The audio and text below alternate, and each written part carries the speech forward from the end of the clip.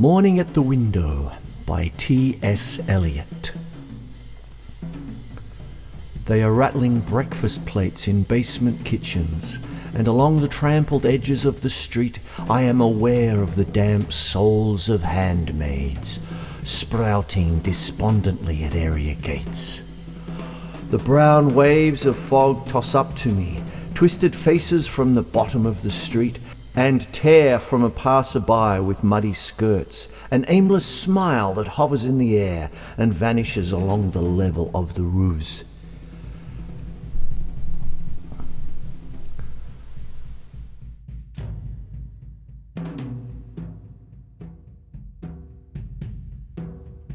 The Boston Evening Transcript.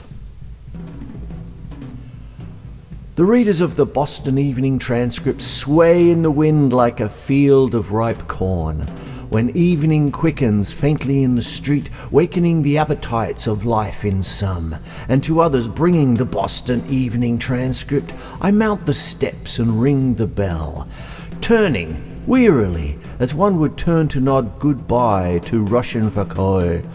If the street were time and he had at the end of the street, and I say, "Cousin Harriet, here is the Boston Evening Transcript."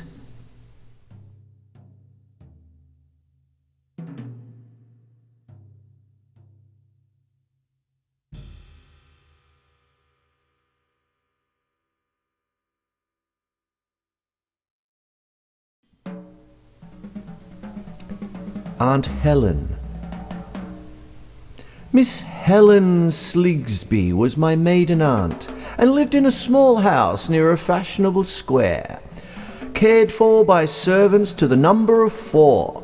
Now when she died there was silence in heaven, and silence at the end of the street. The shutters were drawn and the undertaker wiped his feet. He was aware that this sort of thing had occurred before. The dogs were handsomely provided for, but shortly afterwards the parrot died too. The Dresden clock continued ticking on the mantelpiece, and the footman sat upon the dining table, holding the second housemaid on his knees, who had always been so careful while her mistress lived.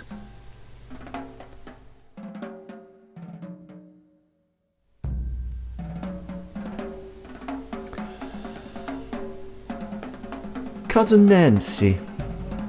Miss Nancy Eliot strode across the hills and broke them, rode across the hills and broke them, the barren New England hills, riding to hounds over the cow pasture. Miss Nancy Eliot smoked and danced all the modern dances, and her aunts were not quite sure how they felt about it, but they knew that it was modern. Upon the glazed shelves kept watch Matthew and Waldo, guardians of the faith, the army of unalterable law.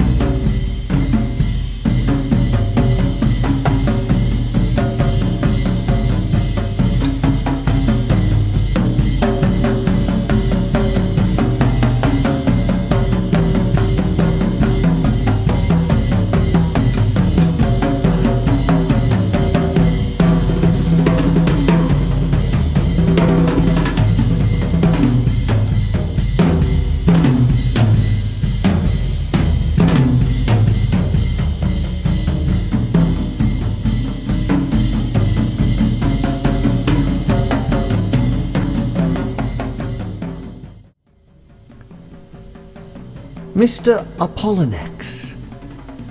When Mr. Apollonics visited the United States, his laughter tinkled among the teacups.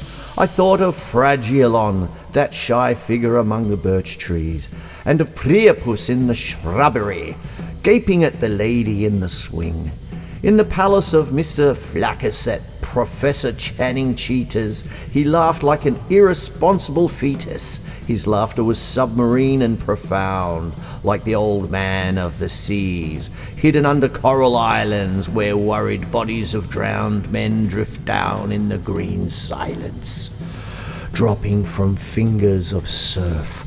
I looked for the head of Mr. Apollonics rolling under a chair, or grinning over a screen with seaweed in its hair.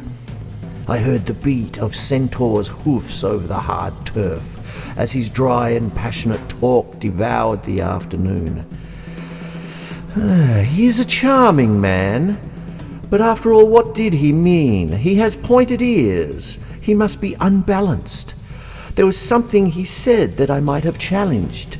Of Dowager, Mrs. Flaccus, and Professor and Mrs. Cheetah, I remember a slice of lemon and a bitten macaroon.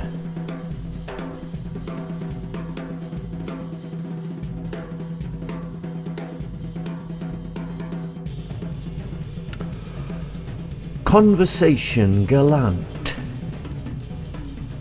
I observe our sentimental friend the moon. Or possibly, fantastic, I confess, it may be Prester John's balloon, or an old battered lantern hung aloft to light poor travellers to their distress. She then, how you digress. And I then, someone frames upon the keys that exquisite nocturne with which we explain the night and moonshine, music which we seize to body forth our own vacuity. She then, does this refer to me? Oh no, it is I who am inane. You, madam, are the eternal humorist, the eternal enemy of the absolute, giving our vagrant moods the slightest twist. With your air indifferent and imperious, at a stroke our mad poetics to confute. And are we then so serious?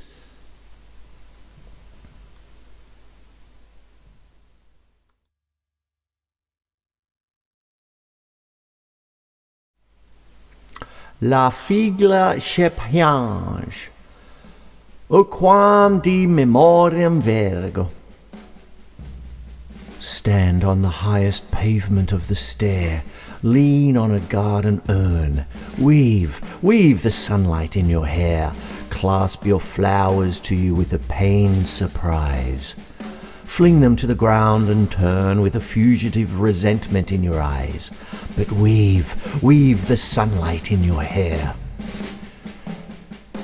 So I would have had him leave, so I would have had her stand and grieve, so he would have left as the soul leaves the body torn and bruised, as the mind deserts the body it has used.